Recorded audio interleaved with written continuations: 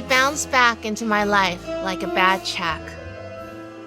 Like an unexpected blast of hot air when you open your oven, or the icy sensation of water dripping down your chest after someone throws a drink in your face.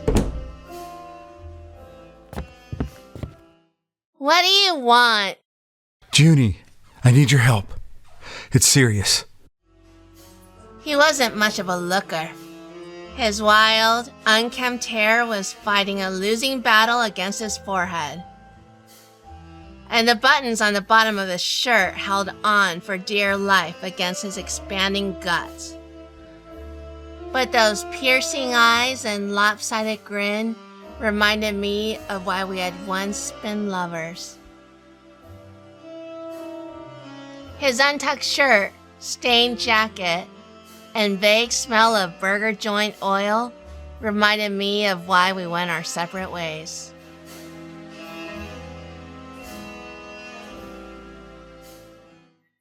No can do, buckaroo. We're closed. Please, baby doll. You know I wouldn't come to you if I had literally anywhere else to go. You do have somewhere else to go. There's got to be 100 other PIs in this town. No good ones. They all turned you down, didn't they? Yeah. And now you've come running back to poor Junie to bail you out yet again? Jack, when will you ever learn? I'm guessing never? And I'm the one who pays the price. What have you gotten yourself into this time? I've lost my will to live. Is that all? If that's the case, I can put you out of your misery right now. No, you don't understand. It's not like that. Can't you point that thing somewhere else? I got into some shady business with some big shots. I owe them a lot of money, and I mean a lot. Sounds like you. So they're letting me pay them back by doing some jobs for them. Only thing is, they made me put my life up as collateral and such. Oh, Jackie. They drew up a paper they called my will to live that's supposed to stop their goons from killing me. And now it's gone. Nicked. I could get whacked at any time. Who do you owe money to? I'd rather not say. Jack. Fat Johnny. Oh, Jackie. Fat Johnny was the biggest gangster on the West Coast. He owned most of Los Angeles and San Francisco. If you were to poll 90% of the gangsters in LA, they would all say the same thing. Stay away from Fat Johnny. I didn't want to take the job, I really didn't. I wanted to let Jack wallow in the mud pit he had dug for himself. Besides, I had already planned a nice quiet night with a stiff drink and a hot bath. I'd busted my ass getting all my other cases closed. I earned a night off. I earned it. But this was Jack, and well, he weren't all bad. So despite my plans and the advice of every gangster in LA to stay away from Fat Johnny, I took the case. All right, I'll help you. Oh, Junie, thank you. Thank you. I owe you a big one. Yeah, come on.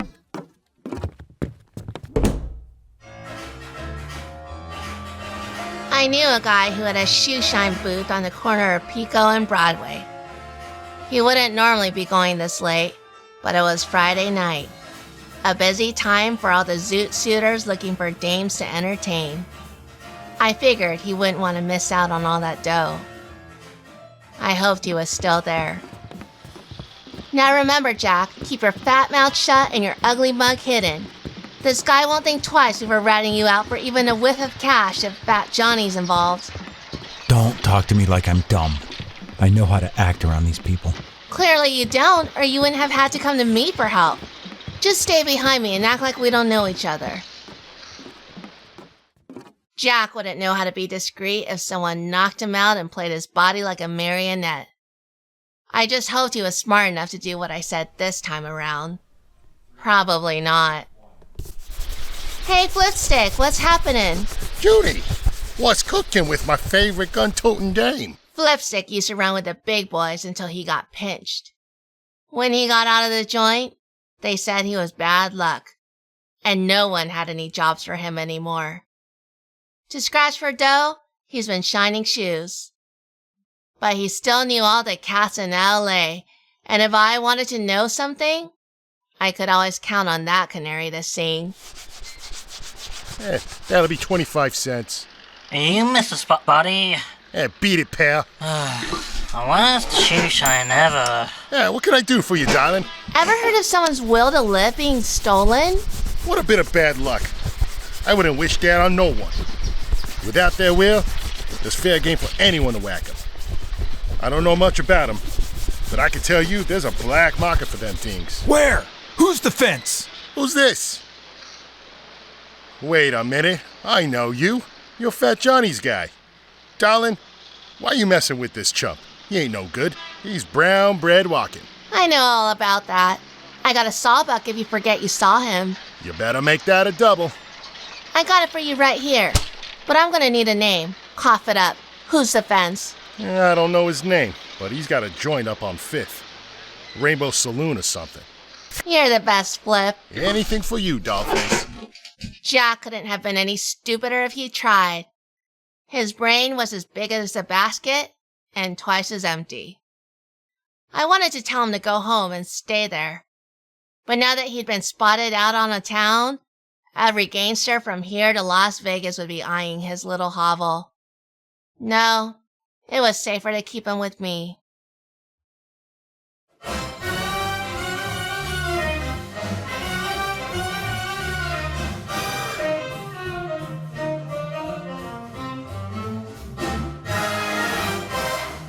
We made our way across town to the Rainbow Saloon. I've been to the place a dozen times. It was plenty safe if you kept your head down, but could flip on a dime if you kicked your leg wrong. I don't need no word vomit dribbling from your mouth again. Just keep your trap shut and we'll do okay.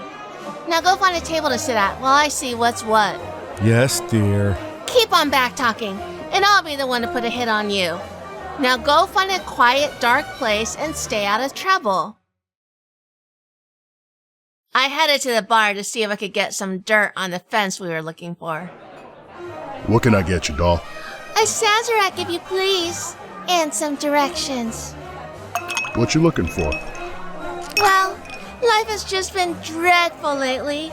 I've been having a lot of struggles, and I'm just looking for someone to provide me with a will to live. I gave him a wink-wink just in case he missed the point. If he was surprised or taken aback by my request, he didn't show it. I might have just the thing. Wait here. I sipped my Sazerac while the bartender walked away to hopefully find the person I was looking for. The whiskey he poured me came from a bottle of the good stuff. The whiskey in my drink tasted like it had been cut with battery acid. Good thing I wasn't on the G-Men's payroll. Follow me. The bartender led me through the swinging kitchen doors to the back rooms. They were sparsely decorated, mostly featuring bare stone walls filled with kegs and boxes of bottled liquor. It stank like sour beer. He showed me a door marked private, then knocked loudly and ran off like a dirty heel. What do you want? The nice gentleman out front told me this was the place I could find a will to live. Who are you? Why, I'm Junie Flierhausen. Charmed, I'm sure. I couldn't exactly give my real name. For some idiotic reason, I was still using Jack's last name. Hold on.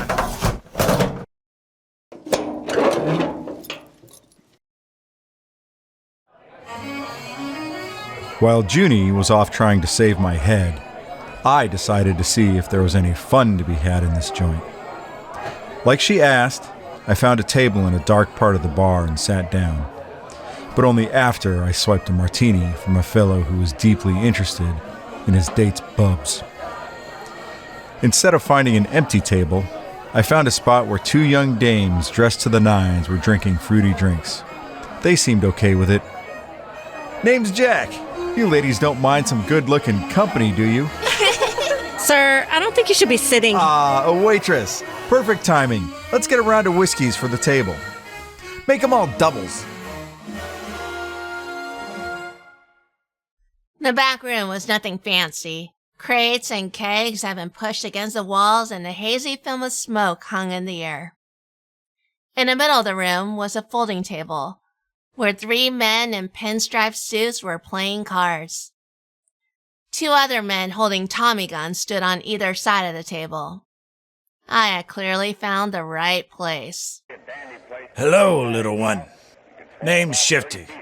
This is Bones and Stubbs. What can we do for you? Nice to meet you all. I'm Miss Flierhausen.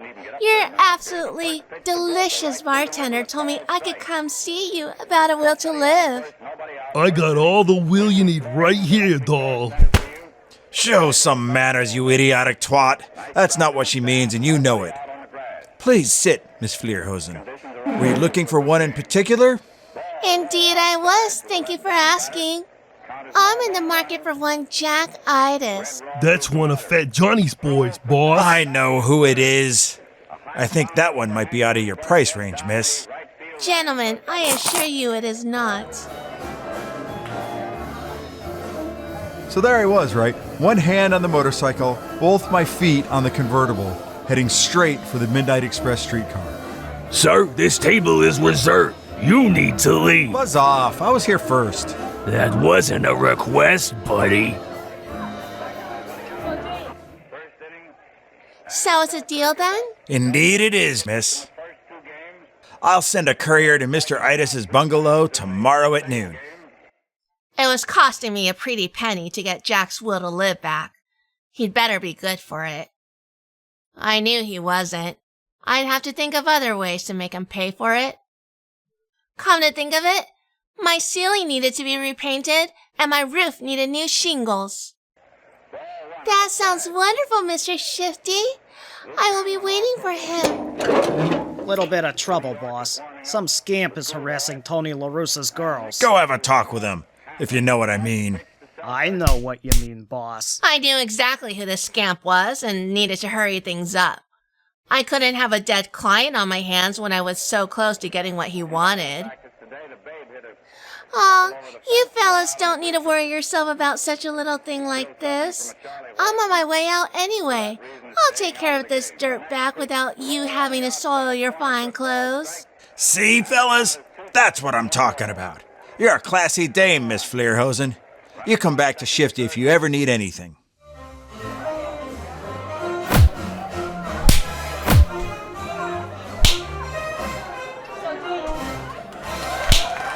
Go ahead. Break your knuckles on my face. I don't mind. I'm just getting warmed up, buddy. You hit like a girl. My ugly ex-wife hits harder than you. I couldn't leave that idiot alone for 5 minutes without him getting himself into some sort of trouble. Oh, please stop, sir. I just can't handle the blood.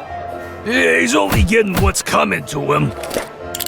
Yeah, and you'll get what's coming to you if you don't lay off. Now let him go. We are just leaving. Whoa, easy, Joel. I was just letting up. He's your problem now. You're an idiot, you know that? There I am, bargaining for your life, and you're trying to get yourself killed. I don't care. Just take me home. Your pad isn't safe. I guess I have no choice. You're going to have to spend the night with me. Really? Lay off! Taxi!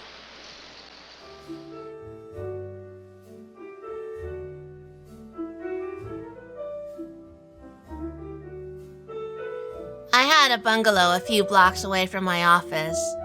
It wasn't much to look at. The taps stripped, and the walls were peeling.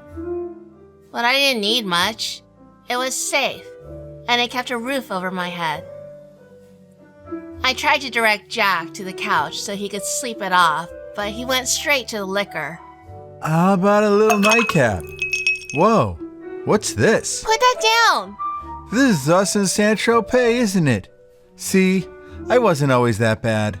Not always. In fact, I could be downright charming. You give yourself too much credit. You weren't easy to live with either, you know. Always being gone with strange men, leaving me alone with my wandering They mind. were clients. I know, but that didn't stop the voices creeping up and asking, what if? Jack came closer, put his hand on my cheek, and looked straight into my eyes like he used to. He knew I always had a thing for his peepers. I just missed you so much when you were gone. And now, you're always gone. He pulled me close. I felt bad about leaving him, but what else was I supposed to do? The man was and still is a no good Nick. He was right about one thing. He was a charmer. I found myself leaning in towards him, my lips parting. Want to mess up your sheets? Leave it to Jack to ruin a nice moment. Jack, you're disgusting. What did I do? Come here.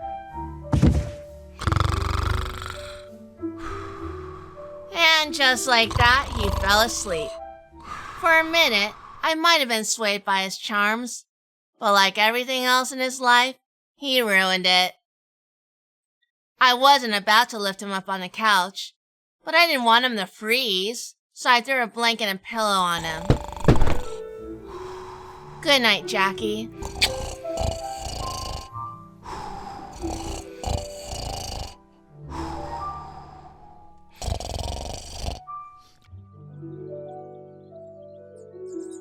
Morning came much too soon, and by morning, I meant 10 a.m.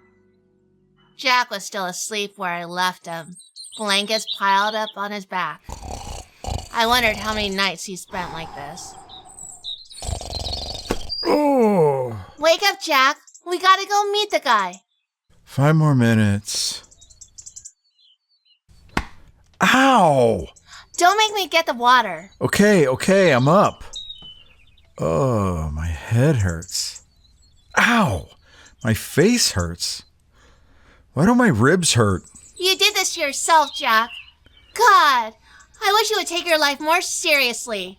Maybe then you wouldn't be so sad and lonely. Says you. I think my life is just fine. So that's why you're hungover on my floor. Ow!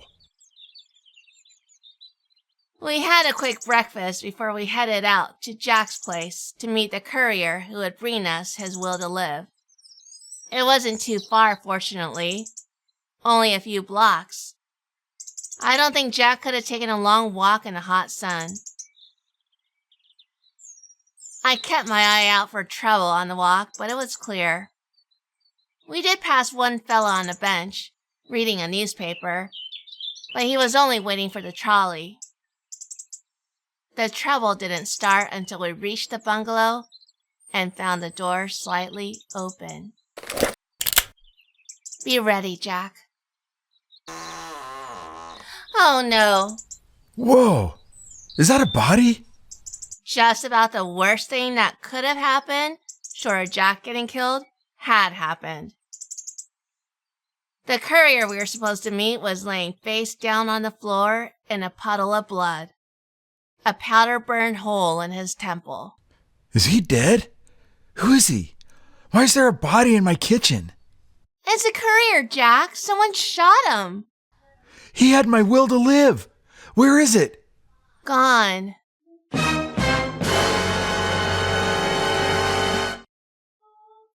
Will we find Jack's will to live and learn who shot the courier? Join us next time to find out.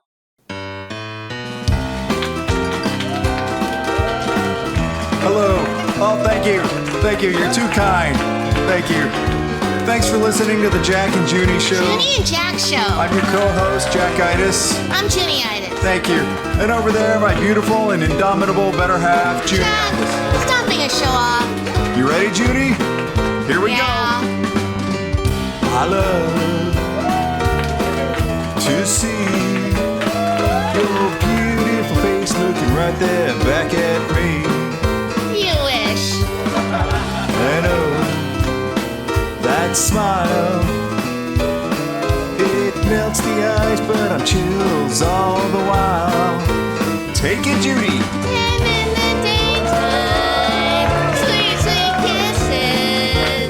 Well, it knocks me out like too much strawberry wine.